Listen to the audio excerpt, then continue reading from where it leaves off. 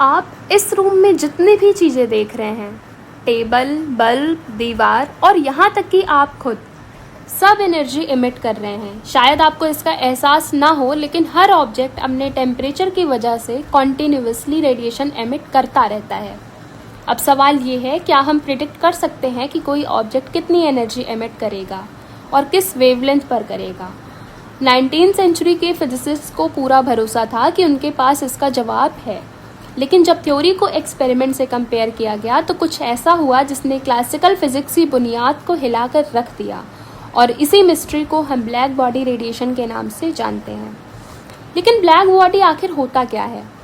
Physics में black body एक ideal object होता है, ऐसा ऑब्जेक्ट जो उस पर गिरने वाली सारी रेडिएशन को एब्जॉर्ब कर लेता है, ना वो रेडिएशन को रिफ्लेक्ट करता है और ना ही ट्रांसमिट। इसी वजह से उसे ब्लैक बॉडी कहा जाता है। अब एक इंटरेस्टिंग बात, जब किसी ब्लैक बॉडी का टेम्परेचर बढ़ाया जाता है तो वो रेडिएशन एमिट भी करती है, और साइंटिस्ट इसी एमिटेड रेडिएशन को समझना चाहते थे।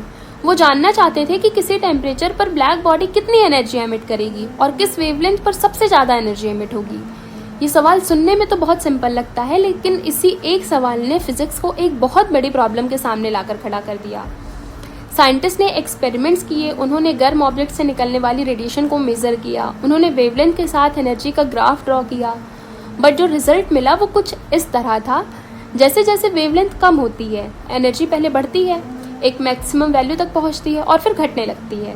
यानी हर वेवलेंथ पर एनर्जी इक्वल नहीं होती, कुछ वेवलेंथ पर ज़्यादा एनर्जी एमिट होती है और कुछ पर कम।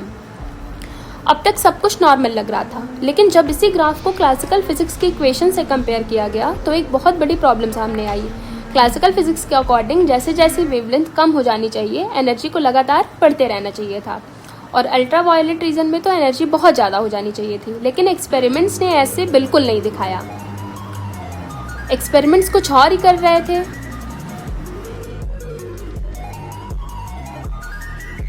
क्लासिकल फिजिक्स के अकॉर्डिंग जैसे जैसे वेवलेंथ कम हो जानी चाहिए, एनर्जी को लगातार बढ़ते रहना चाहिए था, और अल्ट्रा वायलेट रीजन में तो एनर्जी बहुत ज़्यादा हो जानी चाहिए थी। लेकिन एक्सपेरिमेंट्स ने ऐसा बिल्कुल नहीं दिखाया।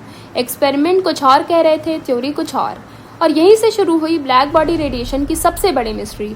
एक तरफ एक्सपेरिमेंट था, दूसरी तरफ क्लासिकल फिजिक्स, और दोनों एक दूसरे से मैच नहीं कर रहे थे।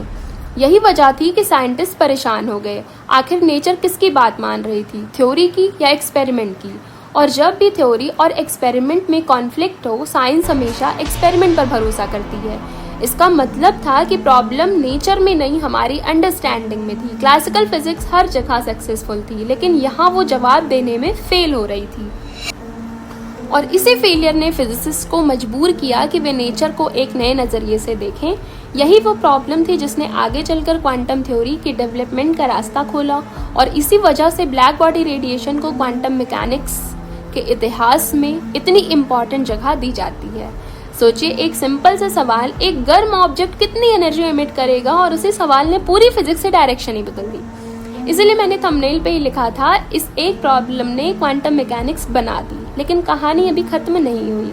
आखिर लाइट और एनर्जी का असली नेचर क्या है? आइंस्टीन ने कैसे दिखाया कि लाइट कभी कभी पार्टिकल की तरह बिहेव करती है?